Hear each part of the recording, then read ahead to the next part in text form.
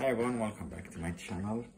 If you're feeling under the weather or you got a cold or just need a refreshing drink, here's a quick drink I can show you. It's called apple cider vinegar tea.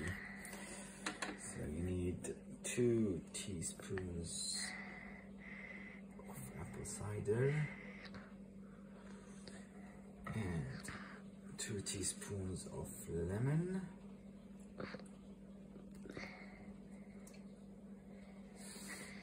and 1 teaspoon of honey, and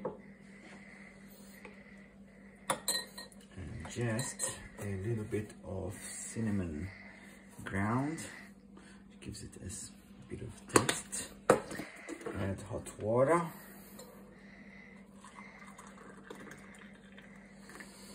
And mix well.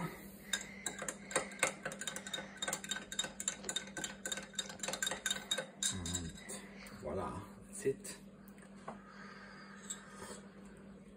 Quite nice, and it will help your immune system to beat the cold early. Thank you very much. Please subscribe.